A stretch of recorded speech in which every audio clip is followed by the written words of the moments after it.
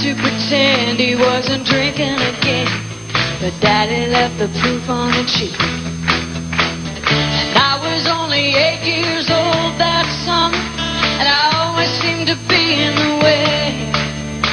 So I took myself down to the fair in town on Independence Day.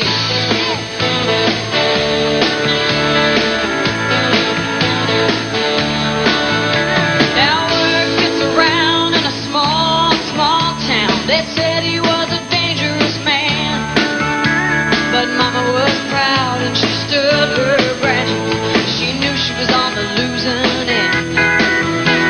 Some folks whispered, some folks talked, but everybody looked the other way. When time ran out, there was no longer back on Independence Day. Yeah. Let freedom ring.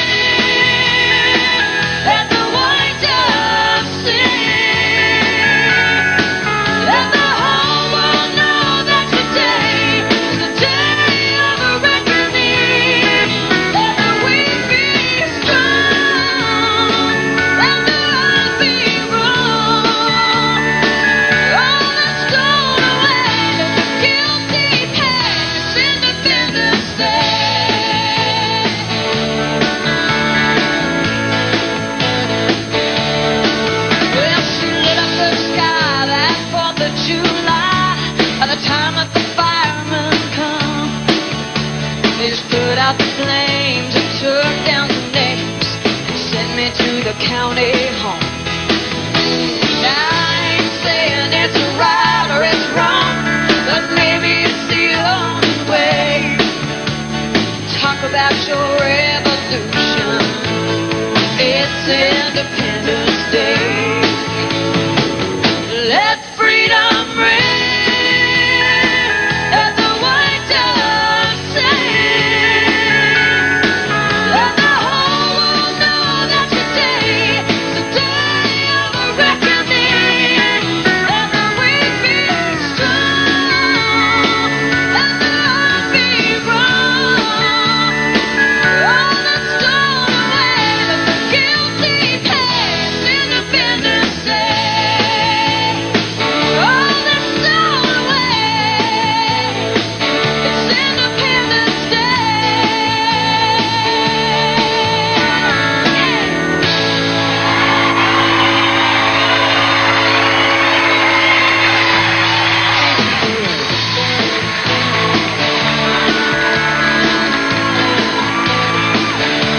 Don't go away. We'll talk with Martina and Cars next on Music City Tonight with Crook and Chase.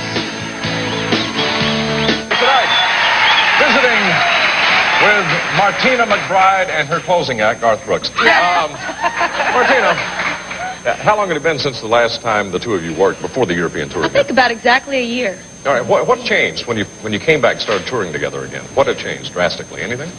Well, we went to a whole nother part of the world. Well, he's pointing at you, you know. What changed about Martina? Oh, just, I mean, you on the break, you said Independence Day, it's a different song for you. What's changed about Martina is you're just starting to scratch into what Martina is. I mean, we had this talk out the house. When she came to town, she had this tape. Her and John had this tape. And it was like, wow, listen to this girl. And on her first album, we were both talking about, I don't know if she let that girl go. And on this one, she let her go a little bit more, but this gal has stuff we haven't seen yet. So. And what have you on these tours, Martina?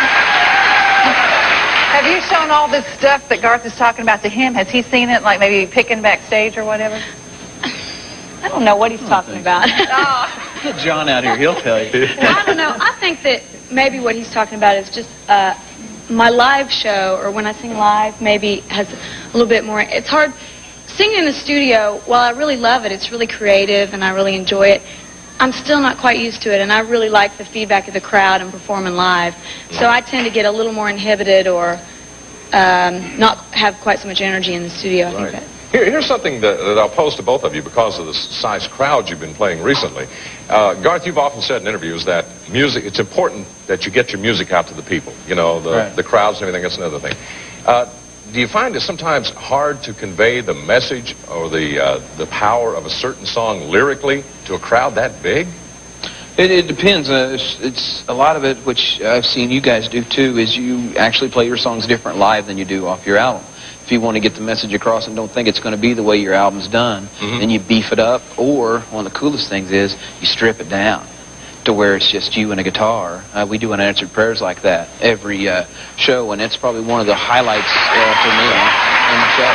Oh, let's show that. And I don't know what city this was in, but the crowd started singing with you so Sandy could hear it over the phone. It was in Dublin, wasn't Was it in Dublin? Yeah. Did this happen? We have a clip of this. Can we just show it? Yeah. Let our Sure, audience I at haven't home see seen it. This this is yet. what happened over in Dublin when Garth was singing.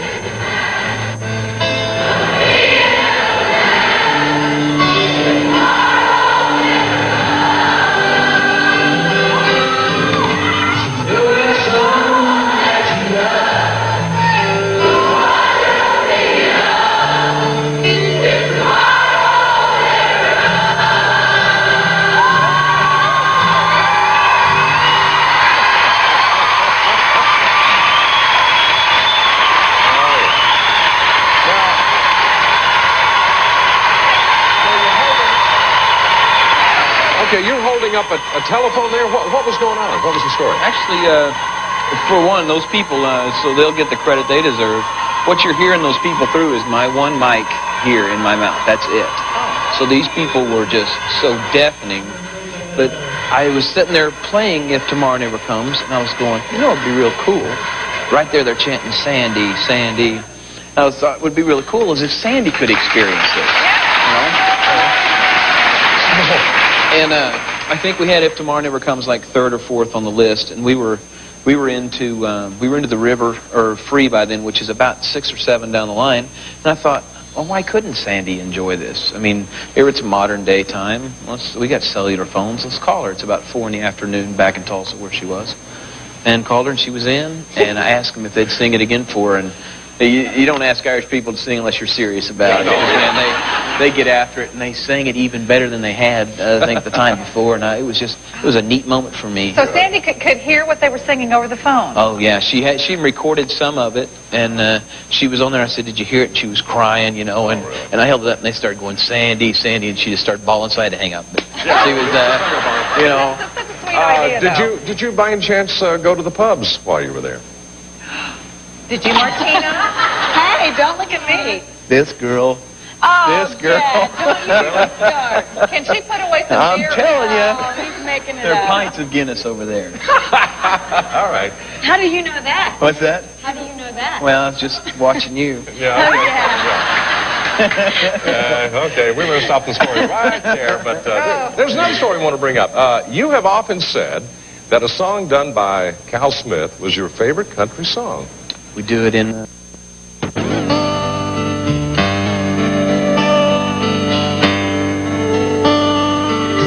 Two strangers passing on the sidewalk barely brush each other's hand. He says, "I'm sorry." She says, "Don't worry." And that is how it all began.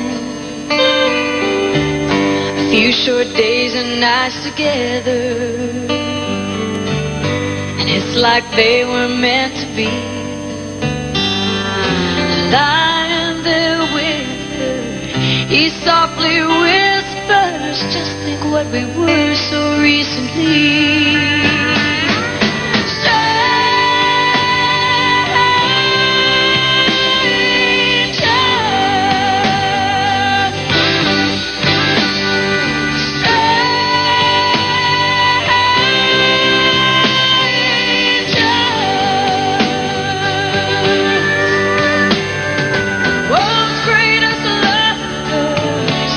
Last week we were strangers.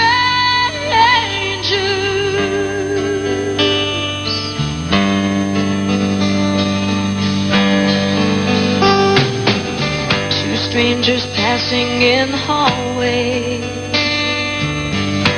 barely touch each other's hearts. Now they're pretending ending, two shadows blending, but they're a million miles apart. Soon she'll be packing up her suitcase. They'll be dividing all the blame. They know how they started, now empty-hearted. They don't have a clue how they became.